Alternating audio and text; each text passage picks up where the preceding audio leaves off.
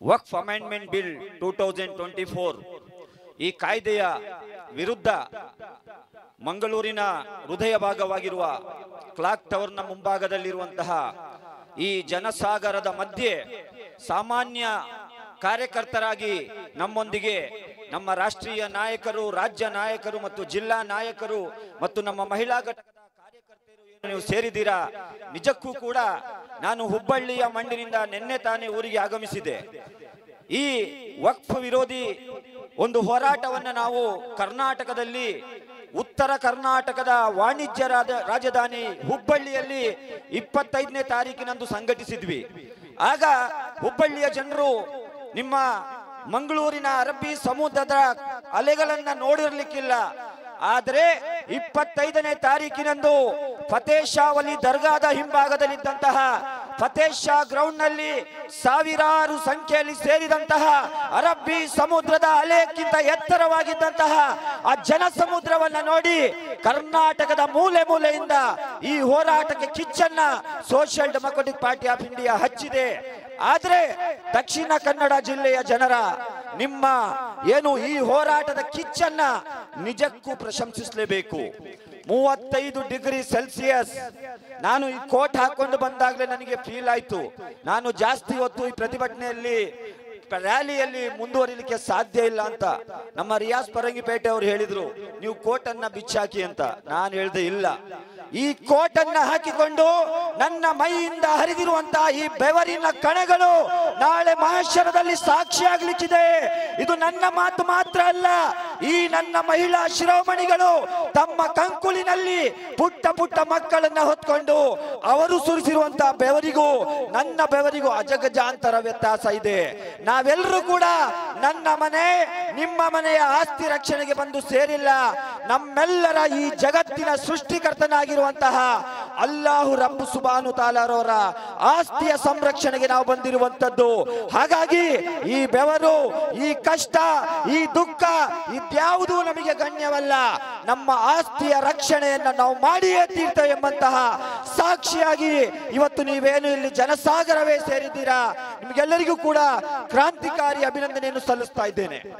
ಆತ್ಮೀಯ ಬಂಧುಗಳೇ, ಬಹಳಷ್ಟು ವಾಗ್ಮಿಗಳು, ಭಾಷಣಕಾರರು ನಿಮ್ಮ ಮುಂದೆ ಮಾತಾಡ್ಲಿಕ್ಕಿದ್ದಾರೆ. ಯಾಕೆ ಈ ವಕ್ಫ್ ಅಮೆಂಡ್ಮೆಂಟ್ ಬಿಲ್ ಅನ್ನ ನಾವು ವಿರೋಧಿಸ್ತಾ ಇದ್ದೇವೆ?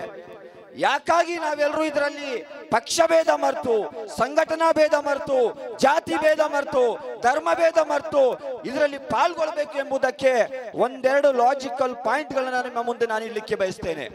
ಇವತ್ತು ಭಾರತ ದೇಶ ಸ್ವತಂತ್ರಗೊಂಡಾಗ ಕೇವಲ 35ರಿಂದ 40 ಕೋಟಿ ಪಾಪ್ಯುಲೇಷನ್ ಇತ್ತು. 65-75 ವರ್ಷಗಳ ನಂತರ 145 ಕೋಟಿ ಪಾಪ್ಯುಲೇಷನ್ ಆಗಿ ಅದು ಏರಿಕೆಯಾಗಿದೆ. ಅದು ನ್ಯಾಚುರಲ್ ನಿಯಮ, ಜಗತ್ತಿನ ನಿಯಮ. ದಿನ ಕಳೆದಂತೆ ಪಾಪ್ಯುಲೇಷನ್ ಹೆಚ್ಚಾಗ್ತದೆ, ಜನಸಂಖ್ಯೆ ಹೆಚ್ಚಾಗ್ತದೆ. ಆದ್ರೆ ನಿಮಗೆ ಗೊತ್ತಿರಲಿ, ಈ ವಕ್ಫ್ ಅಮೆಂಡ್ಮೆಂಟ್ ಬಿಲ್ ಇದರ ಹಿಂದೆ ಇರುವಂತ ಷಡ್ಯಂತ್ರ ಏನಂತ ಹೇಳಿದ್ರೆ, ಈ ದೇಶದಲ್ಲಿದ್ದಂತಹ ಭೂಮಿ ಏನಿದೆ ಅದು ದಿನದಿಂದ ದಿನಕ್ಕೆ ಹೆಚ್ಚಾಗ್ತಾ ಇಲ್ಲ, ಅದು ಕಡಿಮೆ ಆಗ್ತಾ ಇದೆ. ಕಾರಣ ಏನಂತ ಹೇಳಿದ್ರೆ, ಚೈನಾದವರು ಈಗಾಗಲೇ ಒಂದ್ ಕಡೆಯಿಂದ ಅತಿಕ್ರಮಣ ಮಾಡ್ತಾ ಇದ್ದಾರೆ. ಇವತ್ತು 36 ಇಂಚು ಎದೆ ಇರುವಂತಹ ನರೇಂದ್ರ ಮೋದಿ ಅವರು ಚೈನಾದ ವಿರುದ್ಧ ಮಾತನಾಡಲಿಕ್ಕೆ ದಮ್ಮಿಲ್ಲ, ತಾಕತ್ತಿಲ್ಲದೆ ಕೂತಿದ್ದಾರೆ.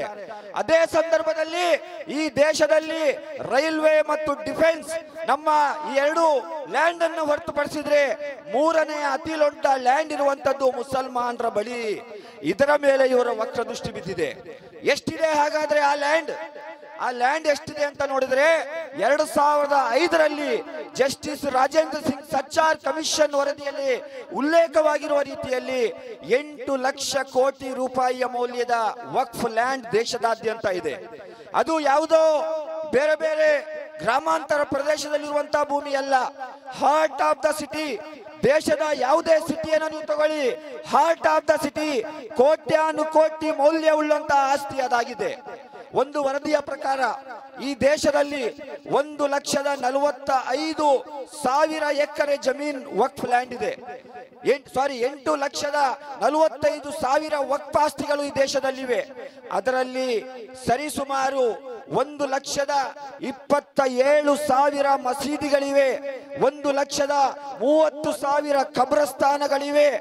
ಈ ವಕ್ರ ದೃಷ್ಟಿ ಏನಿದೆ, ಎಲ್ಲ ಕಬ್ರಸ್ಥಾನ, ಮಸೀದಿ, ದರ್ಗಾ ಇದರನ್ನ ಕಬಳಿಸುವಂತ ಷಡ್ಯಂತ್ರ ಈ ವಕ್ಫ್ ಅಮೆಂಡ್ಮೆಂಟ್ ಬಿಲ್ ನ ಹಿಂದಿದೆ. ಅದಕ್ಕಾಗಿ ನಾವು ಇದನ್ನ ವಿರೋಧಿಸ್ತಾ ಇದ್ದೇವೆ.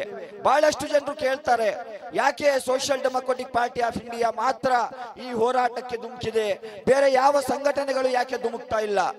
ನಿಜವಾಗ್ಲೂ ಈ ದೇಶದಲ್ಲಿ ಯಾವಾಗೆಲ್ಲ ಈ ದೇಶದ ಸಂವಿಧಾನಕ್ಕೆ ಆತಂಕ ಎದುರಾಗಿದೆ, ಗಂಡಾಂತರ ಎದುರಾಗಿದೆ, ಫ್ಯಾಸಿಸ್ಟ್ ಶಕ್ತಿಗಳು ಈ ಸಂವಿಧಾನವನ್ನು ಬುಡಮೇಲು ಮಾಡುವಂತ ಕೃತ್ಯವನ್ನ ಮಾಡಿದ್ದಾರೆ, ಮೊಟ್ಟ ಮೊದಲಿಗೆ ಎಚ್ಚರಿಕೆಯ ಕರೆಗಂಟೆಯನ್ನು ಕೊಟ್ಟಿರುವಂತದ್ದು ಇದೇ social democratic party of India. ನೆನಪಿರಲಿ ನಿಮ್ಗೆ, NRC CAA ಸಂದರ್ಭದಲ್ಲೂ ಕೂಡ ನಮ್ಮ ಮಸೀದಿಗಳಲ್ಲಿ, ನಮ್ಮ ಮದರಸಾಗಳಲ್ಲಿ ಎಲ್ಲರೂ birth certificate, death certificate, document ಗಳನ್ನ ಕಲೆಕ್ಟ್ ಮಾಡ್ಲಿಕ್ಕೆ ಹೋಗ್ತಾ ಇರಬೇಕಾದ್ರೆ social democratic party of India ಡೆಲ್ಲಿಯ ಜಂತರ್ ಮಂತರ್ ನಿಂದ ಒಂದು ಕರೆಯನ್ನ ಕೊಡ್ತು. ಹಮ್ ಕಾಗಜ್ ನಹಿ ದಿಖಾಯೆಂಗೆ ಎಂಬಂತಹ ಕರೆಯನ್ನ ಕೊಟ್ಟಾಗಿತ್ತು ಇಡೀ ದೇಶದಾದ್ಯಂತ ಈ ಹೋರಾಟದ ಕಿಚ್ಚನ್ನ ಹಚ್ಚಲಿಕ್ಕೆ ಸಾಧ್ಯವಾಗಿದ್ದು. ಈಗಲೂ ಕೂಡ social democratic party of India ಈ ಹೋರಾಟಕ್ಕೆ ಕರೆಯನ್ನ ಕೊಟ್ಟಿದೆ ಅಂತ ಹೇಳಿದ್ರೆ, ಕೆಲವು ದಿನಗಳಲ್ಲಿ ಕನ್ಯಾಕುಮಾರಿಯಿಂದ ಕಾಶ್ಮೀರದವರೆಗೂ ಕೂಡ ಈ ಹೋರಾಟ ತೀವ್ರ ಸ್ವರೂಪ ಪಡೆಯಲಿಕ್ಕಿದೆ ಎಂಬಂತಹ ಸಂದೇಶ ಇವತ್ತು ಮಂಗಳೂರಿನ ಈ ಕ್ಲಾಕ್ ಟವರ್ ನಿಂದ ನಾವು ನೀಡಲಿಕ್ಕೆ ಬಯಸ್ತಾ ಇದ್ದೇವೆ. ಮತ್ತೆ ಈ ಮಸೀದಿಗಳು, ಈ ದರ್ಗಾಗಳು ಇದನ್ನು ಉಳಿಸುವಂತಹ ಜವಾಬ್ದಾರಿ ಕೇವಲ ಮುಸಲ್ಮಾನರ ಜವಾಬ್ದಾರಿ ಅಲ್ಲ, ಇದು ಈ ದೇಶದ 140 ಕೋಟಿ ಜನರ ಸಾಂವಿಧಾನಿಕ ಜವಾಬ್ದಾರಿಯೂ ಆಗಿದೆ. ಅದೇ ಸಂದರ್ಭದಲ್ಲಿ ಮುಸ್ಲಿಮರೆನಿಸಿಕೊಂಡಂತಹ ಸಲಫಿಗಳಿರಲಿ, ಸುನ್ನಿಗಳಿರಲಿ, ಅಹ್ಲೆ ಹದೀಸ್ ಇರಲಿ, ಜಮಾತ್ ಅವರಿರಲಿ, SKSSF ಇರಲಿ, SSF ಇರಲಿ, ಹನಫಿ ಇರಲಿ, ಶಾಫಿ ಇರಲಿ, ನಾವೆಲ್ಲರೂ ಕೂಡ ಅಲ್ಲಾಹನ ಆಸ್ತಿಯನ್ನ ರಕ್ಷಿಸಲಿಕ್ಕೆ ನನ್ನ ಧಾರ್ಮಿಕ ಜವಾಬ್ದಾರಿ ಎಂಬ ನಿಟ್ಟಿನಲ್ಲಿ ಏಕೋದರ ಸಹೋದರರಾಗಿ ಹೋರಾಟ ಮಾಡುವಂತ ಅನಿವಾರ್ಯತೆ ಇದೆ. ಸಹೋದರರೇ, ರಾಜಕಾರಣಿಗಳ ಗೋಸುಂಬೆ ಮಾತುಗಳಿಗೆ ನೀವು ಬಲಿಯಾಗಬೇಡಿ. ಈ ರಾಜಕಾರಣಿಗಳು ಸರಿಯಾಗಿದ್ದಿದ್ರೆ ಇವತ್ತು ಈ ಪರಿಸ್ಥಿತಿ ನಮಗೆ ಬರ್ತಾ ಇರಲಿಲ್ಲ. ಮಲ್ಲಿಕಾರ್ಜುನ ಖರ್ಗೆ ಅವರು, ಈ ದೇಶದ ಒಂದು ಅಧಿಕೃತ ವಿರೋಧ ಪಕ್ಷದ ನಾಯಕರು, ಪಾರ್ಲಿಮೆಂಟ್ ನಲ್ಲಿ ಕರೆ ಕೊಡ್ತಾರೆ, ವಕ್ಫ್ ಅಮೆಂಡ್ಮೆಂಟ್ ಬಿಲ್ ಬಂದ್ರೆ ದೇಶದಾದ್ಯಂತ ಜನರು ಬೀದಿಗಿಳಿತಾರೆ. ನಾನು ದುರ್ಬೀನ್ ಹಾಕಿ ನೋಡ್ತಾ ಇದ್ದೇನೆ, ಎಲ್ಲಾದ್ರೂ ಕಾಂಗ್ರೆಸ್ ಪಕ್ಷದವರು ಒಂದು ಬಾವುಟ ಇಟ್ಕೊಂಡು ಇದರ ವಿರುದ್ಧ ಪ್ರತಿಭಟನೆ ಮಾಡಿದ್ರ ಅಂತ ಹೇಳಿದ್ರೆ ಎಲ್ಲೂ ಕಾಣ್ಗೆ ಸಾಧ್ಯ ಆಗ್ತಾ ಇಲ್ಲ. ಯಾಕೆ? ನಿಮ್ಮ ನಾಯಕರ ಮಾತಿಗೆ ನೀವು ನಡ್ಕೊಳ್ಳಿಲ್ಲ ಅಂತ ಹೇಳಿದ್ರೆ ನೀವು ಈ ಸಮುದಾಯದ ಪರವಾಗಿ ಯಾವಾಗ ಧ್ವನಿ ಎತ್ತೀರಾ? ನಿಮ್ಮ ಕಾಂಗ್ರೆಸ್ ಪಕ್ಷದ ನಾಯಕರು ಮಲ್ಲಿಕಾರ್ಜುನ ಖರ್ಗೆ ಅವರು ರೆಕಾರ್ಡ್ ಆಗಿದೆ, ಭಾಷಣ ತೆಗೆದು ನೋಡಿ ನೀವು, ಈ ವಕ್ಫ್ ಅಮೆಂಡ್ಮೆಂಟ್ ಬಿಲ್ಲಿನ ಡಿಬೇಟ್ ಸಂದರ್ಭದಲ್ಲಿ ಹೇಳಿದ್ರು, ಯಾಕೆ ಇದುವರೆಗೆ ಕಾಂಗ್ರೆಸ್ ಈ ಹೋರಾಟಕ್ಕೆ ಧುಮುಕ್ಲಿಲ್ಲ ಅಂತ ಹೇಳಿದ್ರೆ, ಮೊನ್ನೆ ಹುಬ್ಬಳ್ಳಿಯಲ್ಲಿ ಒಬ್ಬ ದೊಡ್ಡ ಕಾಂಗ್ರೆಸ್ ನೇತಾರನ ಬಳಿ ನಾನು ಮಾತನಾಡಿದೆ. ಅವ್ರು ಹೇಳ್ತಾ ಇದ್ದಾರೆ, ಎಷ್ಟೊಂದು ವಿಪರ್ಯಾಸ ಅಂತ ಹೇಳಿದ್ರೆ, ಅವರು ಕೇಳ್ತಾ ಇದ್ದಾರೆ ನನಗೆ, ಈ ಹೋರಾಟದಲ್ಲಿ ನಾವು ಬರೋದ್ರಿಂದ ನಮ್ಮ ಪಕ್ಷಕ್ಕೆ ಏನು ಲಾಭ, ಏನು ನಷ್ಟ? ನಿಮಗೆ ನೆನಪಿರಲಿ, social democratic party of India ರಾಜಕೀಯ ಲಾಭ ನಷ್ಟದ ಲೆಕ್ಕಾಚಾರವನ್ನು ಇಟ್ಕೊಂಡ ಅಲ್ಲ ಈ ಹೋರಾಟಕ್ಕೆ ಧುಮುಕಿರುವಂತದ್ದು. ನಾಳೆ ಮಹಾಶರ ಎಂಬುವಂತಹ ಒಂದು ಪರೀಕ್ಷಾ ಮೈದಾನ ಇದೆ, ಅಲ್ಲಿ ನಿಮ್ಮ ಯಾವುದೇ ರಾಜಕೀಯ ಲಾಭ ನಷ್ಟಗಳು ನಡೀಲಿಕ್ಕಿಲ್ಲ. ಆ ಸಂದರ್ಭದಲ್ಲಿ ನನ್ನ ಸೃಷ್ಟಿಕರ್ತನ ಪ್ರಶ್ನೆಗೆ ಉತ್ತರಿಸಲಿಕ್ಕೆ ನಮಗೆ ಆನ್ಸರ್ ಇರಬೇಕು ಎಂಬಂತಹ ದೃಷ್ಟಿಯಲ್ಲಿ ನಾವು ಈ ಹೋರಾಟದ ರಂಗಕ್ಕೆ ಇಳಿದಿದ್ದೇವೆ. ಆತ್ಮೀಯವಾಗಿ ನಾನು ವಿನಂತಿ ಮಾಡ್ತಾ ಇದ್ದೇನೆ, ಕರ್ನಾಟಕದ 10 ಜನ ಮುಸ್ಲಿಂ ಶಾಸಕರೇ, ಯಾವ ರಾಜಕೀಯವನ್ನು ನೀವು ಮಾಡ್ತಾ ಇದ್ದೀರಾ? ಯಾರನ್ನ ಮೆಚ್ಚಿಸುವಂತ ರಾಜಕೀಯ ಮಾಡ್ತಾ ಇದ್ದೀರಾ? ನೆನಪಿರಲಿ, ಒಂದಲ್ಲ ಒಂದು ದಿನ ನಿಮ್ಮ ರಾಜಕೀಯ ಗೋಪುರಗಳು ನೆರಳು ಕುಳಿತಿವೆ. ಕಾಲಚಕ್ರ ಬದಲಾಗ್ಲಿಕ್ಕಿದೆ. ಅಧಿಕಾರ ಶಾಶ್ವತವಲ್ಲ. ಈ ಭೂಲೋಕದಿಂದ ಒಂದಿನ ನಿಮಗೂ ನನಗೂ ನಿರ್ಗಮಿಸ್ಲಿಕ್ಕಿದೆ. ಅಂದಿನ ಮಹಾಶರದ ಬಗ್ಗೆ ಸ್ವಲ್ಪ ನೀವು ಆಲೋಚನೆ ಮಾಡಿ. ಯಾವ ರಾಜಕೀಯ ಈ ರಾಜಕೀಯವನ್ನ ನಾವು ಕಿತ್ತು ಸೈದಿಗೆ ಬಿಸಾಕುವ, ನನ್ನ ಧರ್ಮದ, ನನ್ನ ಆರಾಧನೆಯ ಕೇಂದ್ರಗಳು, ನನ್ನ ಮದ್ರಸಾಗಳು, ನನ್ನ ದರ್ಗಾಗಳು, ಇದರ ಮೇಲೆ ಇವತ್ತು ವಕ್ರ ದೃಷ್ಟಿ ಬಿದ್ದಾಗ ಅದನ್ನ ರಕ್ಷಿಸುವಂತದ್ದು ನನ್ನ ಧಾರ್ಮಿಕ ಜವಾಬ್ದಾರಿಯೂ ಹೌದು, ಸಾಂವಿಧಾನಿಕ ಜವಾಬ್ದಾರಿಯೂ ಹೌದು. ಅದಕ್ಕಾಗಿ ಈ ಹೋರಾಟವನ್ನ ರಾಜಕೀಯ ರಹಿತ ಹೋರಾಟವಾಗಿ ಮಾಡಿಸುವ, ಜಾತ್ಯತೀತ ಹೋರಾಟವನ್ನಾಗಿಸುವ, ಸಂಘಟನಾತೀತ ಹೋರಾಟವನ್ನಾಗಿಸುವ. ಇಲ್ಲಿ ರಾಜಕೀಯ ಲಾಭ ನಷ್ಟದ ಲೆಕ್ಕಾಚಾರಗಳು ನಮಗೆ ಬೇಕಾಗಿಲ್ಲ. ಹಾಗಾಗಿ social democratic party of India Karnataka ರಾಜ್ಯದಲ್ಲಿ ಒಂದು ಕಿಡಿಯನ್ನ ಹೊತ್ತಿದೆ. ಒಂದು ಪ್ರಾರಂಭವನ್ನು ಮಾತ್ರ ನಾವು ಮಾಡಿರುವಂತದ್ದು. ಈ ಹೋರಾಟವನ್ನು ಮುಂದೆ ಕೊಂಡೋಗುವಂತ ಜವಾಬ್ದಾರಿ ಕರ್ನಾಟಕದಲ್ಲಿರುವಂತಹ ಸರ್ವ ಸಂವಿಧಾನ ಪ್ರೇಮಿಗಳಿಗೂ ಕೂಡ ನಾವು ಕರೆಯನ್ನ ಕೊಡ್ತಾ ಇದ್ದೇವೆ. ಇದು ಮುಸಲ್ಮಾನರ ವಿಚಾರವಲ್ಲ. ಒಂದು ವೇಳೆ ನೀವು ಮುಸಲ್ಮಾನರ ವಿಚಾರ ಅಂತ ಹೇಳಿ ಇದನ್ನ ಭಾವಿಸಿ ಕೂತಿದ್ರೆ ನೆನಪಿರಲಿ, ಇದನ್ನ ಬರೆದಿಡಿ. ಈ ಇತಿಹಾಸ ಇದಕ್ಕೆ ಸಾಕ್ಷಿಯಾಗ್ಲಿಕ್ಕಿದೆ. ಈ ಟಾಟಾ, ಬಿರ್ಲಾ, ಅದಾನಿ, ಅಂಬಾನಿಗಳಿಗೆ ಬೇಕಾಗಿ ಈ ಬಿಜೆಪಿ ನೇತೃತ್ವದ ಸರ್ಕಾರ ನಾಳೆ ಕದ್ರಿ ದೇವಸ್ಥಾನದ ಟ್ರಸ್ಟ್ ನಲ್ಲೂ ಕೂಡ ಬೇರೆಯವರನ್ನ ಬರೆದು ಕೊಡುವಂತಹ ಹುನ್ನಾರವನ್ನು ಇವರು ಮಾಡಬಹುದು. ಇವತ್ತು ಸೇಫ್ ಅಂತ ಭಾವಿಸಬೇಡಿ. ನಾಳೆ ಕ್ರಿಶ್ಚಿಯನರ ಚರ್ಚ್ಗಳ ಮೇಲೂ ಕೂಡ ಇವರ ವಕ್ರ ದೃಷ್ಟಿ ಬೀಳಬಹುದು. ನಾಡಿದ್ದು ಇಲ್ಲಿಯ ಸಿಖ್ಖರ ಇಗರ್ಜಿಗಳ ಮೇಲೆ, ಬೌದ್ಧರ ಆರಾಧನೆಗಳ ಮೇಲೂ ಕೂಡ ಇವರ ವಕ್ರ ದೃಷ್ಟಿ ಬೀಳಬಹುದು. ಆ ಸಂದರ್ಭದಲ್ಲೂ ಕೂಡ social democratic party of India ನಿಮ್ಮ ಪರವಾಗಿ ಹೋರಾಟ ಮಾಡಲಿಕ್ಕೆ ಇದೇ ರೀತಿಯಾಗಿ ಬೀದಿಗಿಳಿಲಿಕ್ಕಿದೆ ಎಂಬಂತಹ ಸಂದೇಶವನ್ನು ನಾನು ನೀಡ್ತಾ ಇದ್ದೇನೆ. ಇದ್ಯಾವುದು ಒಂದು ಧರ್ಮಕ್ಕೆ, ಒಂದು ಜಾತಿಗೆ, ಒಂದು ಪ್ರದೇಶಕ್ಕೆ, ಒಂದು ಪಕ್ಷಕ್ಕೆ ಸೀಮಿತವಾದಂತಹ ಹೋರಾಟ ಖಂಡಿತ ಅಲ್ಲ. ಈ ಹೋರಾಟದಿಂದ ನೀವು ಸಾಧ್ಯವಾದ್ರೆ ಹೋರಾಟವನ್ನು ಮಾಡಿ, ಸಾಧ್ಯವಿಲ್ಲ ಎಂದಾದರೆ ನಾನು ಹೋರಾಟಕ್ಕಿಲ್ಲ ಎಂಬುವಂತಹ ಪೋಸ್ಟರ್ ಅನ್ನು ಅಂಟಿಸಿಕೊಂಡು ಮನೆಯಲ್ಲಿ ಕುಳಿತುಕೊಳ್ಳಿ. ಇಲ್ಲಿರುವಂತಹ ಈ ಮಹಿಳೆಯರು ಈ ಹೋರಾಟವನ್ನು ಮುನ್ನಡೆಸ್ತಾರೆ. ನಿಮಗೆ ಒಂದು ವೇಳೆ ದಮ್ಮಿಲ್ಲ, ತಾಕತ್ತಿಲ್ಲ ಎಂದಾದ್ರೆ ನೀವು ಈ ಹೋರಾಟಕ್ಕೆ ಧುಮುಕಬೇಡಿ.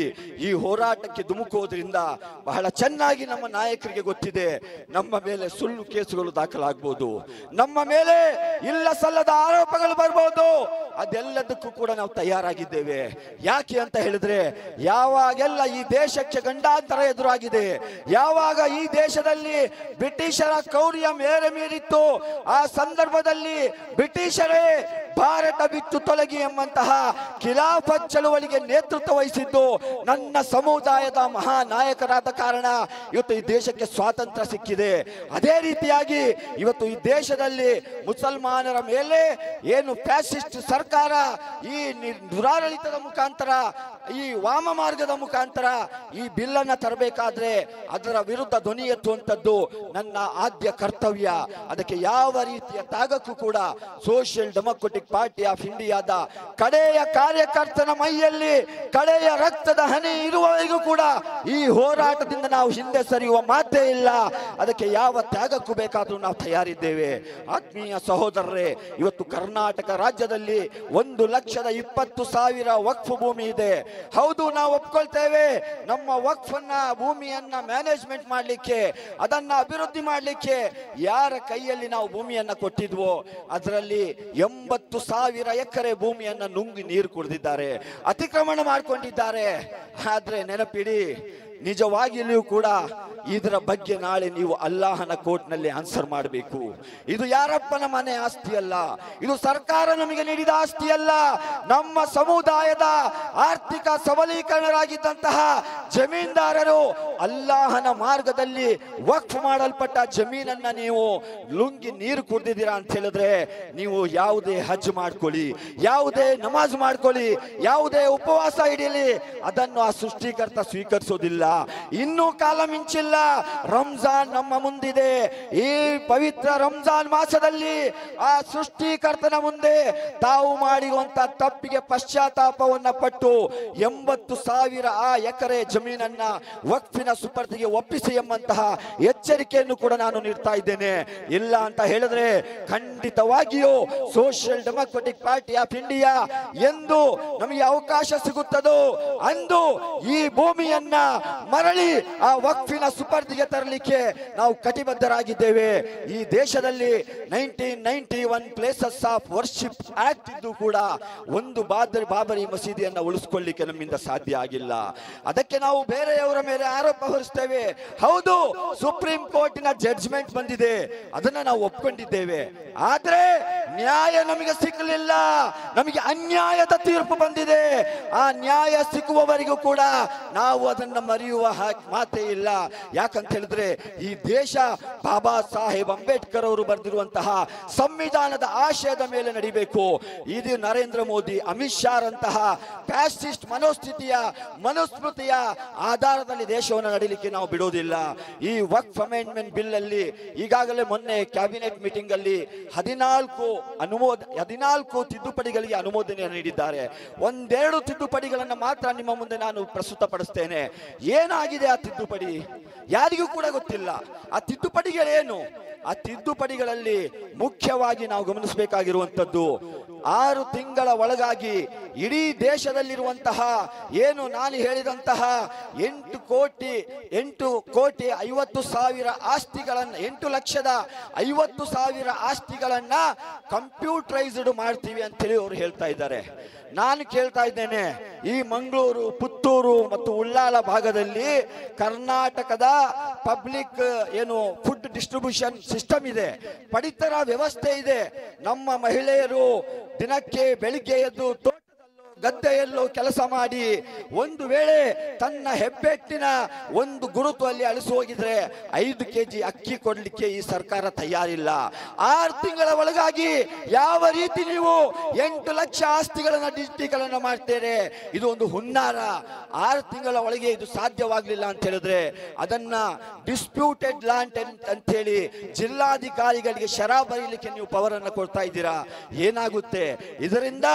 ನಾಳೆ ಅರ್ಧಕ್ಕಿಂತ ಹೆಚ್ಚು ನಮ್ಮ ಆಸ್ತಿಗಳು ವಕ್ಫ್ ಬೈ ಯೂಸರ್ ಏನು 1954 ವಕ್ಫ್ ಆಕ್ಟ್ ಅಲ್ಲಿ ಇದೆಯೋ ಅದರ ಬಳಕೆಯ ಆಧಾರದಲ್ಲಿ ನಾವು ನಮ್ಮ ಮಸೀದಿ, ನಮ್ಮ ದರ್ಗಾ, ನಮ್ಮ ಖಬ್ರಸ್ಥಾನ ಅಂತೇಳಿ ನಾವು ಅನುಭವಿಸ್ತಾ ಇದ್ದೇವೋ ಅದು ನಮ್ಮಿಂದ ಕಿತ್ತುಕೊಳ್ಳುವಂತ ಷಡ್ಯಂತ್ರ ಇದರಲ್ಲಿ ಅಡಗಿದೆ. ಅದಕ್ಕಾಗಿ ನಾವು ಇದನ್ನ ವಿರೋಧಿಸ್ತಾ ಇದ್ದೇವೆ. ಎರಡನೇದಾಗಿ ಇವರು ತರ್ತಾ ಇರುವಂತಹ ಅಮೆಂಡ್ಮೆಂಟ್ ಅಲ್ಲಿ ಏನು 22 ಜನರ ನ್ಯಾಷನಲ್ ವಕ್ಫ್ ಸಲಹಾ ಸಮಿತಿ ಇದೆ, ಅದರಲ್ಲಿ ಹಿಂದೂ ಏತರನ್ನ ಇನ್ಕ್ಲೂಡ್ ಮಾಡುವಂತಹ ಅಮೆಂಡ್ಮೆಂಟ್ ಅನ್ನ ತರ್ತಾ ಇದ್ದಾರೆ. ಇದು ಏನನ್ನ ಸೂಚಿಸ್ತಾ ಇದೆ? ಇದು ಏನ್ ಸೂಚಿಸ್ತಾ ಇದೆ ಅಂತ ಹೇಳಿದ್ರೆ ನಾಳೆ ವಕ್ಫ್ ಸಲಹಾ ಸಮಿತಿಯಲ್ಲಿ ಫ್ಯಾಸಿಸ್ಟ್ ಮೆಂಟಾಲಿಟಿಯ ಜನರನ್ನ ನಾಮಿನೇಟ್ ಮಾಡುವ ಮುಖಾಂತರ ಯಾವೆಲ್ಲ ಆಸ್ತಿಗಳಿಗೆ ಡಾಕ್ಯುಮೆಂಟ್ಗಳಿಲ್ಲ, ಯಾವೆಲ್ಲ ಆಸ್ತಿಗಳು ವಕ್ಫ್ ನಾಮದ ಹೆಸರಿನಲ್ಲಿವೆ, ಈ ಮಾಹಿತಿಯನ್ನ ಪಡ್ಕೊಂಡು ನಾಳೆ ಡಿಸ್ಪ್ಯೂಟ್ ಅನ್ನ ಮಾಡಿಕೊಂಡು, ನಮಗೆ ಬಹಳ ಚೆನ್ನಾಗಿ ಗೊತ್ತಿದೆ ಈ ದೇಶದ ನ್ಯಾಯಾಂಗ ವ್ಯವಸ್ಥೆ ಡಾಕ್ಯುಮೆಂಟ್ಗಳಿದ್ರೂ ಕೂಡ ಎಲ್ಲ ಹಕ್ಕು ಪತ್ರಗಳಿದ್ರೂ ಕೂಡ ಇಲ್ಲಿ ಅವರ ನಂಬಿಕೆಯ ಆಧಾರದಲ್ಲಿ ಜಡ್ಜ್ಮೆಂಟ್ ಬರುವಂತ ಈ ದೇಶದಲ್ಲಿ ಯಾವ ರೀತಿ ನಮ್ಮ ವಕ್ಫ್ ಆಸ್ತಿಗಳನ್ನ ಕಬಳಿಸಬೇಕೆಂಬಂತಹ ಸಂಘ ಪರಿವಾರ ಪ್ರಾಯೋಜಿತ ಒಂದು ಕುಕ್ಕುಡು ಬಿಲ್ ಆಗಿದೆ ಈ 2024 ಅಮೆಂಡ್ಮೆಂಟ್ ಬಿಲ್. ಹಾಗಾಗಿ ಈ ಅಮೆಂಡ್ಮೆಂಟ್ ಬಿಲ್ ಅನ್ನ ಯಾವುದೇ ಕಾರಣಕ್ಕೂ ನಾವು ಒಪ್ಪಲಿಕ್ಕೆ ತಯಾರಿಲ್ಲ. ಮತ್ತೊಂದು ವಿಚಾರ, ಇವತ್ತು ಪಾರ್ಲಿಮೆಂಟ್ ಅಲ್ಲಿ ಚರ್ಚೆ ಏನಂತ ಹೇಳಿದ್ರೆ, ಟಿವಿಗಳಲ್ಲಿ ನ್ಯಾಷನಲ್ ಮಾಧ್ಯಮಗಳಲ್ಲಿ ಚರ್ಚೆ ಡಿಬೇಟ್ ಏನಂತ ಹೇಳಿದ್ರೆ, ಡೀಸೆಂಟ್ ನೋಟ್ ಅನ್ನ ಯಾಕೆ ನೀವು ಕನ್ಸಿಡರ್ ಮಾಡಲಿಲ್ಲ? ಈ JPC ಕಮಿಟಿ ಕರ್ನಾಟಕಕ್ಕೆ ಬಂದಾಗ ಸ್ವತಃ ನಾನೇ ಇಮೇಲ್ ಮಾಡಿದ್ದೆ. ನನಗೆ ಕೆಲವು ಲಾಜಿಕಲ್ ಪಾಯಿಂಟ್ ಇದೆ, ನನಗೆ ಅಬ್ಜೆಕ್ಷನ್ ಅನ್ನ ಫೈಲ್ ಮಾಡಬೇಕು, ಯಾಕಂದ್ರೆ ನಾನು ಸ್ಟೇಕ್ ಹೋಲ್ಡರ್, ನನ್ನ ಸಮುದಾಯದ ಆಸ್ತಿ ಇದು, ಯಾಕೆ ಇದನ್ನ ನೀವು ಅಮೆಂಡ್ಮೆಂಟ್ ಮಾಡಬಾರ್ದು ಅಂತ ಹೇಳಿ ನಾನು ಇಮೇಲ್ ಮಾಡಿದ್ದೆ. ಇವತ್ತಿನವರೆಗೂ ಕೂಡ ಜಾಯಿಂಟ್ ಪಾರ್ಲಿಮೆಂಟರಿ ಕಮಿಟಿಯ ಚೇರ್ಮನ್ ಒಂದು ಕರೆಕ್ಟ್ ಸಿಗಬೇಕಾಗಿ ಒಂದು ರಿಟರ್ನ್ ನನಗೆ ಮೆಸೇಜ್ ಕೂಡ ಮಾಡಲಿಲ್ಲ. ಅಂದ್ರೆ ಈ ದೇಶದಲ್ಲಿ 5 ಕೋಟಿಗೂ ಹೆಚ್ಚು ಇಮೇಲ್ ಮುಖಾಂತರ ನಾವು ಅಬ್ಜೆಕ್ಷನ್ ಅನ್ನ ಫೈಲ್ ಮಾಡಿದ್ದೇವೆ. All India Muslim personal law board ಇರ್ಬೋದು, ಜಮೀಯತೆ ಉಲಮಾಯೆ ಹಿಂದ್ ಇರ್ಬೋದು, SDPI ಇರ್ಬೋದು, ಇತರ ಎಲ್ಲಾ ಸಂಘ ಸಂಸ್ಥೆಗಳು ಪ್ರತಿ ಮನೆಗಳಲ್ಲೂ ಮೊಹಲ್ಲಾಗಳಲ್ಲೂ QR ಕೋಡ್ ಸ್ಕ್ಯಾನ್ ಮಾಡುವ ಮುಖಾಂತರ 5 ಕೋಟಿ ಇಮೇಲ್ ಅನ್ನು ನಾವು ಕಳಿಸಿದ್ದೇವೆ. ಈ ನಾಟ್ ಇವನ್ ಒಂದು ಸಿಂಗಲ್ ಇಮೇಲ್ ಅನ್ನ ಇವರು ಕನ್ಸಿಡರ್ ಮಾಡಲಿಲ್ಲ. ಆದ್ರೆ ಇವತ್ತು ಹೇಳ್ತಾ ಇದ್ದಾರೆ ಅಸಾದುದ್ದೀನ್ ಓವೈಸಿ ಅವರು ಬರೆದಿರುವಂತಹ 139 ಪುಟದ ಡೀಸೆಂಟ್ ನೋಟ್ ಅನ್ನ ಯಾಕೆ ಕನ್ಸಿಡರ್ ಮಾಡಲಿಲ್ಲ ಅಂತ ಹೇಳಿ. ಇದು ನೋಡಿ ಬಿಜೆಪಿಯ ಹುನ್ನಾರ. ಲಿಬರ್ಹಾನ್ ಕಮಿಷನ್ ವರದಿ ಬಂದಾಗ ಬಾಬ್ರಿ ಮಸೀದಿಯನ್ನ ಕೆಳವಿದ್ದು ಯಾರು ಎಂಬಂತಹ ತನಿಖಾ ವರದಿ ಪಾರ್ಲಿಮೆಂಟಿನ ಮುಂದೆ ಚರ್ಚೆಗೆ ಬಂದಾಗ ಆ ಲಿಬರ್ಹಾನ್ ಕಮಿಷನ್ನಲ್ಲಿ ಗುರುತಿಸಲಾದಂತಹ ಆರೋಪಿಗಳಿಗೆ ಯಾವ ಶಿಕ್ಷೆ ಕೊಡಬೇಕಂತ ಚರ್ಚೆ ಆಗಲಿಲ್ಲ. ಬದಲಾಗಿ ಪಾರ್ಲಿಮೆಂಟ್ ಅಲ್ಲಿ ಚರ್ಚೆ ಆದಂತಹ ವಿಚಾರ ಏನಂದ್ರೆ ಲಿಬರ್ಹಾನ್ ಕಮಿಷನ್ ನ ವರದಿ ಮಾಧ್ಯಮಗಳಿಗೆ ಸೋರಿಕೆಯಾಗಿದೆ, ಇದನ್ನ ಸೋರಿಕೆ ಮಾಡಿದವರು ಯಾರು ಅಂತೇಳಿ ಚರ್ಚೆ ಆಯಿತು. ಇದು ಸಂಘ ಪರಿವಾರ ಮತ್ತು ಬಿಜೆಪಿಯ ಷಡ್ಯಂತ್ರ. ಇದನ್ನ ಯಾರು ಅರ್ಥ ಮಾಡ್ಕೊಳ್ಬಹುದು ಅಂತ ಹೇಳಿದ್ರೆ ಕಾಂಗ್ರೆಸ್ಸಿನ ಕಾಂಗಿಗಳು ಇದನ್ನ ಅರ್ಥ ಮಾಡ್ಲಿಕ್ಕೆ ಸಾಧ್ಯ ಇಲ್ಲ. ಬೆಳಿಗ್ಗೆ ಎದ್ರೆ ಕಾಂಗ್ರೆಸ್, ರಾತ್ರಿ ಆದ್ರೆ ಸಂಘ ಪರಿವಾರದ ಪಡಸಾಲೆಯಲ್ಲಿ ಕೂರೋರು, ಅವರು ಇವರ ಷಡ್ಯಂತ್ರವನ್ನು ಅರ್ಥ ಮಾಡ್ಕೊಳ್ಳಿಕ್ಕೆ ಸಾಧ್ಯ ಇಲ್ಲ. ಇದನ್ನ ಅರ್ಥ ಮಾಡ್ಕೊಳ್ಳುವಂತಹ ಯಾವುದಾದ್ರೂ ಪಕ್ಷ ಇದ್ರೆ ಅದು social democratic party of India ಮಾತ್ರ. ಹಾಗಾಗಿ ಈ ಸಮುದಾಯದ ಮುಂದೆ ಬಹಳ ಡೀಪ್ ಆಗಿ, ಬಹಳ ಡೆಪ್ತ್ ಆಗಿ ಎಲ್ಲ ವಿಚಾರಗಳನ್ನು ನಾವು ಸ್ಟಡಿ ಮಾಡಿದ್ದೇವೆ. ನಾವು ಯಾರು ಕೂಡ ಇಲ್ಲಿ ಬಂದು ಯಾವುದೋ ಸ್ಟಡಿ ರಿಪೋರ್ಟ್ ಇಲ್ಲದೆ ಈ ವಿಚಾರವನ್ನು ಪ್ರೆಸೆಂಟ್ ಮಾಡ್ತಾ ಇಲ್ಲ. ಮೊನ್ನೆ ಮಂಗಳೂರಿನ ಕೆಲವು ಸಹೋದರರು ನನಗೆ ಫೋನ್ ಮಾಡಿದ್ರು. ಇದೆಲ್ಲ ಸತ್ಯ ವಿಚಾರ ಹೇಳಬೇಕಾಗುತ್ತೆ. ಏನು ಫೋನ್ ಅಂತ ಹೇಳಿದ್ರೆ, ನೀವು ಮೊನ್ನೆ ಬೆಂಗಳೂರಲ್ಲ ಹಾಸನದಲ್ಲಿ ನಾನು ಈ ವಕ್ಫ್ ಅಮೆಂಡ್ಮೆಂಟ್ ಬಿಲ್ ಅನ್ನ ಹರಿದು ಹಾಕಿ ಪ್ರತಿಭಟನೆ ಮಾಡಿದ್ದೆ. ಆಗ ಅವ್ರು ಕೇಳ್ತಾರೆ, ನೀವು ಬಿಲ್ ಅನ್ನ ಹರಿದ್ರಲ್ಲ, ಆ ಬಿಲ್ ಅಲ್ಲಿ ಏನಿತ್ತು ಅಂತ ಹೇಳಿ ಕೇಳ್ತಾ ಇದ್ದಾರೆ. ನಾನಾಗ ಅವರಿಗೆ ಕೇಳಿದೆ, ಈ ಪ್ರಶ್ನೆ ನೀವು ನನಗೆ ಕೇಳ್ತಾ ಇರುವಂತ ಪ್ರಶ್ನೆನಾ ಅಥವಾ ನಿಮಗೆ ಯಾರಾದ್ರೂ ಕೇಳಲ್ಪಟ್ಟ ಪ್ರಶ್ನೆಯನ್ನ ನೀವು ಕೇಳ್ತಾ ಇದ್ದೀರಾ ಅಂತ ಕೇಳಿದೆ ನಾನು. ಯಾಕಂತ ಹೇಳಿದ್ರೆ ಉರ್ದುವಲ್ಲಿ ಒಂದು ಗಾದೆ ಇದೆ, ಉರ್ದುವಲ್ಲಿ, ಕನ್ನಡದಲ್ಲೇ ಅದನ್ನ ಹೇಳ್ತೇನೆ, ಮಲಗಿದ್ದವರಿಗೆ ಬಡಿದೆಬ್ಬಿಸಬಹುದಂತೆ, ಮಲಗುವ ನಾಟಕ ಆಡೋರ ಮೇಲೆ ನೀವು ಒಂದು ಚಂಬು ನೀರು ಸುರಿದ್ರು ಕೂಡ ಅವರು ಎಚ್ಚರಗೊಳ್ಳೋದಿಲ್ಲ. ಈ ಕಾಂಗ್ರೆಸ್ಸಿಗರು ಅವರು ದಾರಿ ತಪ್ಪಿರೋ ಮಗುವಾಗ ಮಾತ್ರ ಅಲ್ಲ, ಎಲ್ಲರನ್ನ ದಾರಿ ತಪ್ಪಿಸುವಂತ ಹೇಳಿಕೆಗಳನ್ನ ಕೊಡ್ತಾ ಇದ್ದಾರೆ. ಯಾಕಾಗಿ ಇಂತ ದಾರಿ ತಪ್ಪಿಸುವಂತ ಹೇಳಿಕೆ ಕೊಡ್ತಾ ಇದ್ದೀರಾ? ನಿಮ್ಗೆ ಡೌಟ್ ಇದ್ರೆ SDP ನಾಯಕರ ಬಳಿ ಬಂದು ಕೂತ್ಕೊಳ್ಳಿ, ನಾವು ಡಿಬೇಟ್ ಮಾಡುವ, ನಾವು ಚರ್ಚೆ ಮಾಡುವ, ಯಾವ ವಿಚಾರಗಳು ನಮಗೆ ಮಾರಕವಾಗಿದೆ ಅಂತ ಹೇಳಿ. ಒಂದು ಎಜುಕೇಟೆಡ್ ಪೀಪಲ್ಸ್ ಆಗಿ ನನ್ನ ಜವಾಬ್ದಾರಿಯಾಗಿರ್ತದೆ ದೇಶದ ಆಗು ಹೋಗುಗಳನ್ನ ಕುಲಂಕುಷವಾಗಿ ಅಬ್ಸರ್ವ್ ಮಾಡಿಕೊಂಡು ಅದನ್ನ ಸ್ಟಡಿ ಮಾಡಿಕೊಂಡು ಸಮಾಜದಲ್ಲಿ ಜಾಗೃತಿಯನ್ನುಂಟು ಮಾಡುವಂಥದ್ದು ಈ ದೇಶದ ಒಬ್ಬ ನಾಗರಿಕ ಎಂಬ ನೆಲೆಯಲ್ಲಿ ನನ್ನ ಜವಾಬ್ದಾರಿಯಾಗಿದೆ. ಹಾಗಾಗಿ ನಮ್ಮನ್ನ ದಾರಿ ತಪ್ಪಿಸಬೇಡಿ. ದಾರಿ ತಪ್ಪಿದ ಮಕ್ಕಳು ಸೋಷಿಯಲ್ ಡೆಮೊಕ್ರೆಟಿಕ್ ಪಾರ್ಟಿ ಆಫ್ ಇಂಡಿಯಾದ ಕಾರ್ಯಕರ್ತರಲ್ಲ. ನೀವು ಬೇರೆಯವರನ್ನ ದಾರಿ ತಪ್ಪಿಸಬಹುದು. ನಾವು ಗಟ್ಟಿ ತೀರ್ಮಾನ ಮಾಡಿ ಈ ಹೋರಾಟದ ರಂಗಕ್ಕೆ ಧುಮುಕಿದ್ದೇವೆ.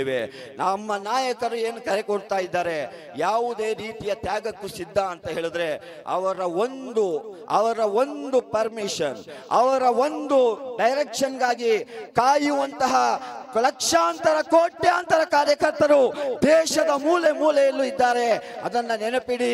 ನರೇಂದ್ರ ಮೋದಿ ಮತ್ತು ಅಮಿತ್ ಶಾ ಅವರಿಗೆ ಇವತ್ತು ಜ್ಯೋತಿ ಸರ್ಕಲ್ ನಿಂದ ಹೊರಟಂತಹ ಈ ಕ್ಲಾಕ್ ಟವರ್ ನಲ್ಲಿ ಸಮಾವೇಶಗೊಂಡಂತಹ ಈ ಖಂಡನ ಒಂದು ಪ್ರತಿಭಟನಾ ಜಾಥಾದ ಮುಖಾಂತರ ಒಂದು ಎಚ್ಚರಿಕೆಯನ್ನ ಮಾಧ್ಯಮದ ಮುಖಾಂತರ ನಾವು ನೀಡ್ತಾ ಇದ್ದೇವೆ. ಇನ್ನೂ ಕಾಲ ಮಿಂಚಿಲ್ಲ. ಮಾರ್ಚ್ 10ನೇ ತಾರೀಕು ಬಜೆಟ್ ಸೆಷನ್ ನ ಮುಂದುವರಿಕೆಯ ಭಾಗವಾಗಿ ಇದನ್ನ ನೀವು ಧ್ವನಿಮತದ ಮುಖಾಂತರ ಅಂಗೀಕರಿಸುವಂತ ಎಲ್ಲ ಸಾಧ್ಯತೆ ಇದೆ. ಅದು ನಮಗೆ ಮನವರಿಕೆ ಆಗಿದೆ. ಇದಕ್ಕಿಂತ ಮುಂಚೆ ಮಾಡಿದ್ದೀರಾ ನೀವು. ಅದನ್ನ ಒಂದು ಡೆಮೊಕ್ರೆಟಿಕ್ ಆಗಿ ಪ್ರಜಾಪ್ರಭುತ್ವದ ಮೌಲ್ಯಗಳ ಆಧಾರದಲ್ಲಿ ಪಾರ್ಲಿಮೆಂಟ್ ನ ಲೋಕಸಭೆ ಮತ್ತು ರಾಜ್ಯಸಭೆಯಲ್ಲಿ ಚರ್ಚೆ ಮಾಡದಲೇ ನಂಬರ್ ಗೇಮ್ ನಿಮ್ಮ ಹತ್ರ ಇದೆ ಎಂಬಂತ ಕಾರಣದಿಂದ ಧ್ವನಿಮತದ ಮುಖಾಂತರ ಇದನ್ನು ಪಾಸ್ ಮಾಡುವಂತ ಹುನ್ನಾರಕ್ಕೆ ನೀವು ಎದುರಾದ್ರೆ ಚಂದ್ರಬಾಬು ನಾಯ್ಡು ಮತ್ತು ನಿತೀಶ್ ಕುಮಾರ್ ಅವರೇ, ನಿಮ್ಮ ರಾಜ್ಯಗಳಲ್ಲಿ ವಿಧಾನಸಭೆ ಚುನಾವಣೆ ಬರಲಿಕ್ಕಿದೆ. ಒಂದೇ ಒಂದು ಮುಸ್ಲಿಂ ಮತ ನಿಮ್ಮ ಪಕ್ಷಕ್ಕೆ ಬೀಳುವುದಿಲ್ಲ ಎಂಬಂತಹ ಎಚ್ಚರಿಕೆಯನ್ನ ಈ ಕರ್ನಾಟಕದ ಮಣ್ಣಿನಿಂದ social democratic party of India ನೀಡ್ತಾ ಇದೆ. ನಮ್ಮ ಮತಗಳನ್ನು ಪಡ್ಕೊಂಡು ನೀವು NDA ಮೈತ್ರಿಕೂಟಕ್ಕೆ ಸೇರ್ಕೊಂಡು ನಿಮ್ಮ ರಾಜ್ಯಕ್ಕೆ ತೆವಲನ್ನು ಪೂರ್ತಿ ಮಾಡ್ಕೊಳ್ಳಿ. ಆದ್ರೆ ಮುಸಲ್ಮಾನರ ವಿಚಾರಗಳು ಬಂದಾಗ, ನೀವು ಪಾರ್ಲಿಮೆಂಟ್ ನಲ್ಲಿದ್ದಾಗ ಅದರ ವಿರುದ್ಧ ಗಟ್ಟಿ ಧ್ವನಿಯನ್ನು ಎತ್ತಬೇಕು. ಈಗಾಗಲೇ ನಮ್ಮ ರಾಷ್ಟ್ರೀಯ ಸಮಿತಿಯ ತೀರ್ಮಾನದಂತೆ ಬಿಹಾರದಲ್ಲೂ ಮತ್ತು ಬಿಹಾರದ ಪಾಟ್ನಾದಲ್ಲೂ ಮತ್ತು ಆಂಧ್ರ ಪ್ರದೇಶದ ಕರ್ನೂಲ್ನಲ್ಲೂ ಬೃಹತ್ ಜನಸಭೆಗಳನ್ನು ಮಾಡುವ ಮುಖಾಂತರ ಆ ಮುಖ್ಯಮಂತ್ರಿಗಳಿಗೆ ಒಂದು ಸಂದೇಶವನ್ನು ನಾವು ರವಾನೆ ಮಾಡಿದ್ದೇವೆ. ಆದ್ರೆ ಸಹೋದರರೇ, ಸಾಕಾಗುವುದಿಲ್ಲ. ಯಾಕಂತ ಹೇಳಿದ್ರೆ NRC CAA ಅಂತ ನಾವು ಮಾತಾಡಲಿ ಹೇಳಲಿಕ್ಕೆ ಬಹಳ ಈಸಿ. ನಿಮಗೆ ಗೊತ್ತಿರಲಿ, NRC CAA ಹೋರಾಟದಲ್ಲಿ ಈ ಸಂಘ ಪರಿವಾರವನ್ನ ಒಂದು ಸ್ಟೆಪ್ ಹಿಮ್ಮೆಟ್ಟಿಸಲಿಕ್ಕೆ ಈ ದೇಶದ ಜೈಲುಗಳಲ್ಲಿ ಇಂದಿಗೂ ಕೂಡ ನನ್ನ ನಾಯಕರು ಬಂಧನದಲ್ಲಿದ್ದಾರೆ, ಅದನ್ನ ಮರೆಯುವ ಹಾಗಿಲ್ಲ. ನಾವು ಅವರು ಯಾವುದೇ ತಪ್ಪನ್ನು ಮಾಡಲಿಲ್ಲ. ಈ ಸಮುದಾಯಕ್ಕಾಗಿ, ಈ ದೇಶಕ್ಕಾಗಿ, ಇಲ್ಲಿಯ ಸಂವಿಧಾನಕ್ಕಾಗಿ ಧ್ವನಿ ಎತ್ತಿದರು ಎಂಬ ಒಂದೇ ಕಾರಣಕ್ಕಾಗಿ ಅವರಿಗೆ ಬೇರೆ ಬೇರೆ ಸುಳ್ಳು ಕೇಸುಗಳಲ್ಲಿ ಸಿಲುಕಿಸಿ ಜೈಲಿನ ಸಲಾಖೆಯ ಹಿಂದೆ ನೀವು ಬಂಧನದಲ್ಲಿಟ್ಟಿದ್ದೀರಾ. ಸೋಷಿಯಲ್ ಡೆಮೊಕ್ರೆಟಿಕ್ ಪಾರ್ಟಿ ಆಫ್ ಇಂಡಿಯಾದ ರಾಜ್ಯ ಕಾರ್ಯದರ್ಶಿಯಾಗಿದ್ದಂತಹ ಶಾಫಿ ಬೆಳ್ಳಾರೆ ಇಡೀ ಜೀವಮಾನದಲ್ಲೂ ಕೂಡ ವಿನಾಕಾರಣ ಒಂದು ಇರುವೆಯನ್ನು ಕೊಂದಿರದಂತಹ ನನ್ನ ಸಹೋದರನಿಗೆ ನೀವು ಜೈಲಲ್ಲಿ ಇಟ್ಟಿದ್ದೀರಾ. ಶಾಫಿ ಬೆಳ್ಳಾರೆ ಅವರು ಜೈಲಿಗೆ ಹೋಗುವಂತಹ ಸಂದರ್ಭದಲ್ಲಿ social democratic party of India ಕೇವಲ 17 ಜಿಲ್ಲೆಗಳಲ್ಲಿ ಕಾರ್ಯಾಚರಣೆ ಮಾಡ್ತಾ ಇತ್ತು. ಇವತ್ತು 2 ವರ್ಷಗಳ ನಂತರ ಕರ್ನಾಟಕದ 31 ಜಿಲ್ಲೆಗಳಿಗೆ social democratic party of India ತಲುಪಿದೆ. ಇದು ಏನನ್ನ ಸಂದೇಶ ಕೊಡ್ತಾ ಇದೆ? ನೀವು ನಮ್ಮ ನಾಯಕರನ್ನು ಬಂಧಿಸಬಹುದು, UAPA ಹಾಕಬಹುದು, ಎಲ್ಲ ಕರಾಳ ಕಾನೂನನ್ನು ಹಾಕಬಹುದು, ಆದರೆ ನಮ್ಮ ನಾಯಕರು ನಮಗೆ ಹಾಕಿಕೊಟ್ಟಿರುವಂತಹ ಉದಾತ್ತ ಮೌಲ್ಯಗಳನ್ನ ಬಂಧಿಸುವಂತಹ ಜೈಲು ಈ ಪ್ರಪಂಚದಲ್ಲಿ ತಯಾರಾಗಿರ್ತಿಲ್ಲ. ಹಾಗಾಗಿ ಈ ಹೋರಾಟವು ಕೂಡ ಇದು ಆರಂಭ ಮಾತ್ರ. ಅಂತ್ಯ ಯಾವ ರೀತಿ ಆಗ್ಬೇಕು ಎಂಬುದನ್ನು ನೀವು ನಿರ್ಧಾರ ಮಾಡಿ. ಡೆಮೊಕ್ರೆಟಿಕ್ ವೇಯಲ್ಲಿ ಇದು ಅಂತ್ಯ ಆಗ್ಬೇಕು ಅನ್ನೋದಾದ್ರೆ ಮಾರ್ಚ್ 10ನೇ ತಾರೀಕಿನಂದು ಈ ಬಿಲ್ ಟೇಬಲ್ ಆಗಬಾರ್ದು. ಇದು ನಮ್ಮ ಆಗ್ರಹ. ಇಲ್ಲ, ನೀವು ಮಾಡಿದ್ದನ್ನ ಮಾಡಿ, ನಾವು ಮಾಡೇ ಮಾಡ್ತೀವಿ ಅಂತ ನೀವು ತೀರ್ಮಾನ ಮಾಡಿದ್ರೆ ಈ ದೇಶದಲ್ಲಿ ಮತ್ತೊಂದು ಸ್ವಾತಂತ್ರ್ಯ ಸಂಗ್ರಾಮದ ರೀತಿಯಲ್ಲಿ ಕ್ರಾಂತಿಯನ್ನ ಹುಟ್ಟಾಕ್ಲಿಕ್ಕೆ social democratic party of India ಕಟಿಬದ್ಧವಾಗಿದೆ ಎಂಬಂತ ಸಂದೇಶವನ್ನ ನೀಡ್ತಾ ನನಗೆ ಅವಕಾಶಕ್ಕಾಗಿ ಧನ್ಯವಾದಗಳನ್ನು ಅರ್ಪಿಸುತ್ತಾ, ಸಹೋದರರೇ, ನಿಮ್ಮ ಹೋರಾಟದ ಕಿಚ್ಚು ಇನ್ನೂ ಕೂಡ ಹೆಚ್ಚಿನ ರೀತಿಯಲ್ಲಿ ನಾವು ಪ್ರಾರಂಭ ಮಾಡಬೇಕು, ಇದನ್ನು ಪಸರಿಸಬೇಕು. ಯಾರೆಲ್ಲ ಸಹೋದರರು ನೀವಿಲ್ಲಿ ಬಂದು ಸೇರಿದ್ದೀರಾ, ಯಾವೆಲ್ಲ ಸಹೋದರರಿಗೆ ಇಂದಿನ ಪ್ರತಿಭಟನೆಗೆ ಬರಲಿಕ್ಕೆ ಅನಾನುಕೂಲವಾಗಿದೆ, ಅವರ ಮನೆಗೆ ಹೋಗಿ, ಅವರ ಗಲ್ಲಿಗೆ ಹೋಗಿ, ಅವರ ಅಂಗಡಿಗೆ ಹೋಗಿ ಅವರಿಗೆ ಅರ್ಥ ಮಾಡಿಸುವಂತ ಕೆಲಸ, ಆ ಜವಾಬ್ದಾರಿಯೂ ಕೂಡ ನಾವೇ ಹೊತ್ಕೊಳ್ಬೇಕಾಗಿದೆ. ಆ ನಿಟ್ಟಿನಲ್ಲಿ ನಾವೆಲ್ಲರೂ ಸೇರಿ ಈ ದೇಶದ ಸಂವಿಧಾನವನ್ನು ರಕ್ಷಿಸುವ, ಈ ದೇಶದ ಜಾತ್ಯತೀತತೆಯನ್ನು ರಕ್ಷಿಸುವ, ಈ ದೇಶದ ಅಲ್ಪಸಂಖ್ಯಾತರ ಹಕ್ಕುಗಳಾದ ಆರ್ಟಿಕಲ್ 25, ಆರ್ಟಿಕಲ್ 26, ಆರ್ಟಿಕಲ್ 27, ಆರ್ಟಿಕಲ್ 14 ಅನ್ನು ರಕ್ಷಿಸುವಂತಹ ಸಾಂವಿಧಾನಿಕ ಜವಾಬ್ದಾರಿಯನ್ನು ನಾವು ನಿರ್ವಹಿಸುವ ಎಂಬಂತ ಕರೆಯನ್ನು ಕೊಡ್ತಾ ನನ್ನ ಅವಕಾಶಕ್ಕಾಗಿ ಧನ್ಯವಾದಗಳನ್ನು ಅರ್ಪಿಸ್ತಾ ಇದ್ದೇನೆ. ಜೈ ಹಿಂದ್, ಜೈ ಭೀಮ್. ಧನ್ಯವಾದಗಳು ಅಪ್ಸರ್ ಕೊಡ್ಲಿ ಬೇಟೆ ತಮಗೆ.